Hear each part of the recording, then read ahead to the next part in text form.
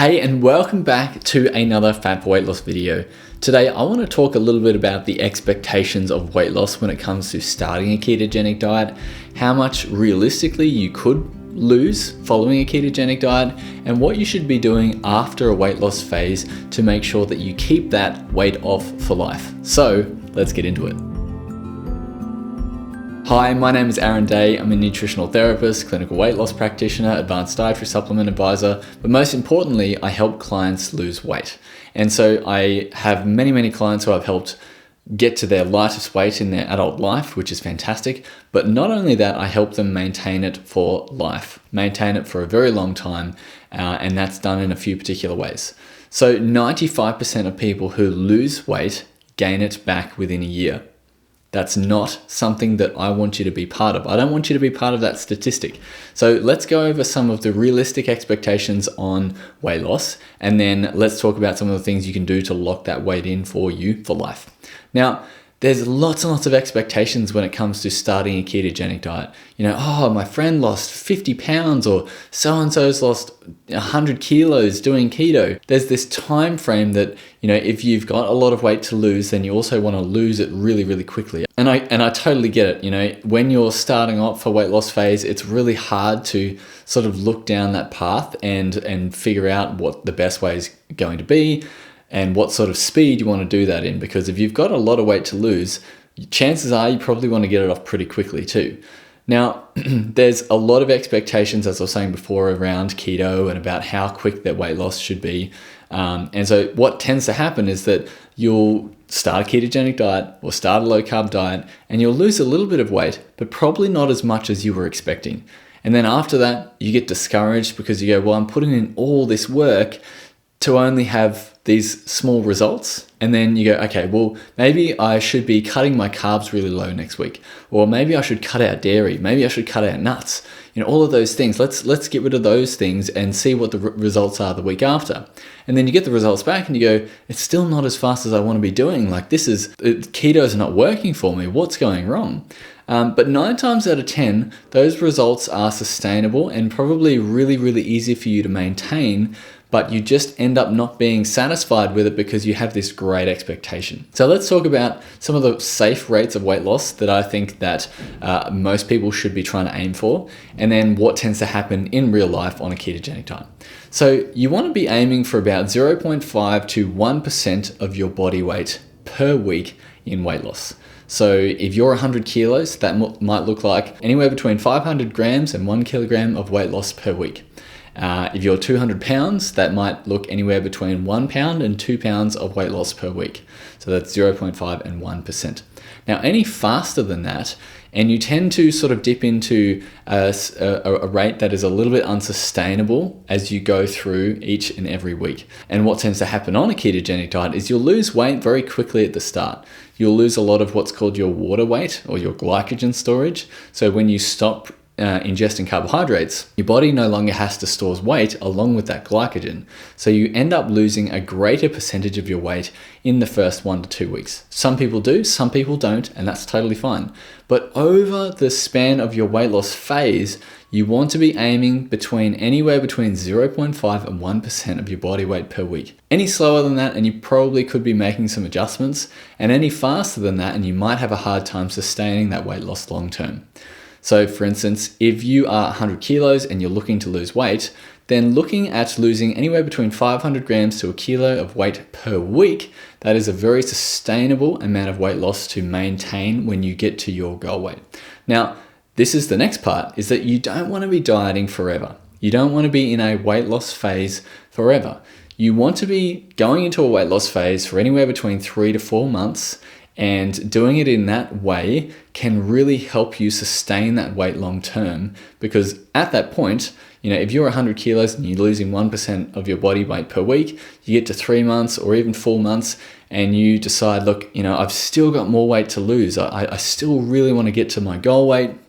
My advice to you is to stop there, cut it off and go into what's called maintenance.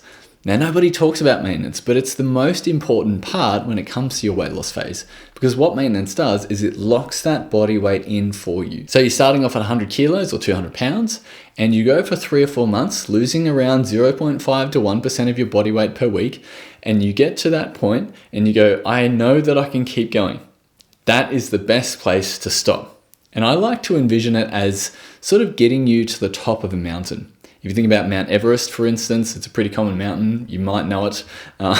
But generally what happens is that, as a climber, you go to base camp and then you go to camp 1 and you might go to camp 2 and then you come back down. You've taken all your supplies up to those camps. You come back down to base camp and then you go again, camp 1, camp 2, camp 3, and then you come back down, or you come back down to camp 2 or camp 1. I've never done Mount Everest. I have no idea what I'm talking about, but the general gist is that we're trying to lose weight in a sustainable pace, right? And we're taking a lot of this stuff with us. And we go to camp 4, and then we do a summit push. We get to that top summit, we get to that goal, and you go into the death zone. You go into that part of the mountain that is really, really dangerous. And what most weight loss programs tend to do is they get you to that goal, but then they, hypothetically flick you off the edge of the mountain without a parachute. There's no emphasis on getting you back down off that mountain. There's no emphasis on maintenance because it's not profitable for most companies to be able to do maintenance, right? To be able to lock in that weight, because it's very psychologically taxing to say, you need to stop your weight loss here. We need to maintain this for a little while and then you can keep going after that. Because this is the most important part. Getting to your goal weight will have to go in a few steps.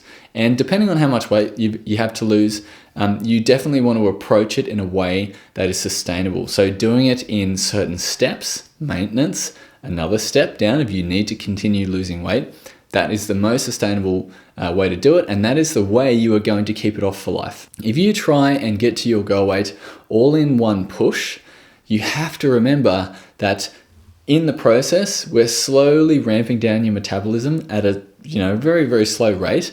But generally, when you get to your goal weight, you're not eating the same amount of food that you used to. You're not doing the same things that you used to. You're probably not doing a lot of socializing, all of those things. It can be very taxing and you don't want to be at that point for too long. So a better way to do it is to lose 10% of your body weight. So if you're going from 100 kilos, that might be getting to 90 kilos. And looking at that time frame, so doing 3 to 4 months of dieting to get to that point. And so if we're talking in pounds, 200 pounds getting down to 180 pounds, sitting at that weight for at least 2/3 of the amount of time that it took you to get there.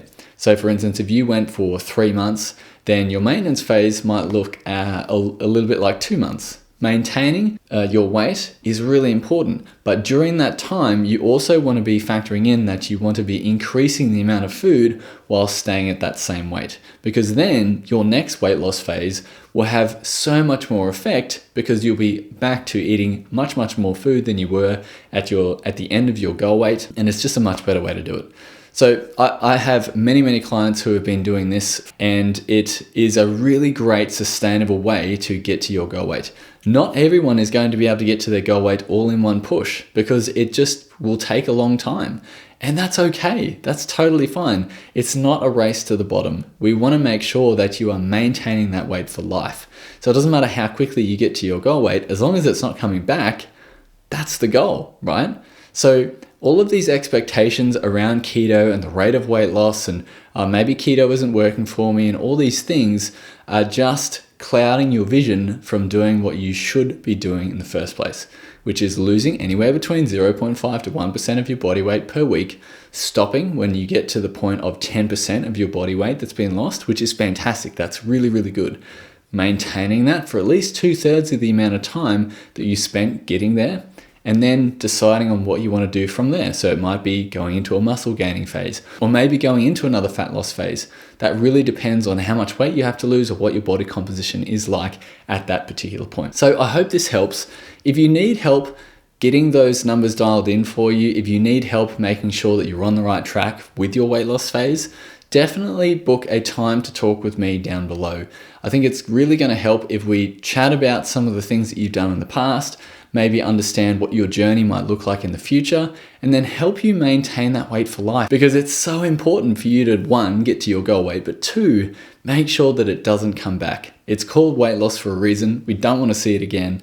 And I hope that I can help you make sure that that happens for you as well. So again, thank you so much for watching this video. If this video has helped you, or maybe it's going to help someone who's trying to lose weight using a ketogenic diet and helping them to understand what expectations around weight loss should be monitored, then definitely share this with those people. But in the meantime, I hope you're having a fantastic day, and I'll be talking to you very soon.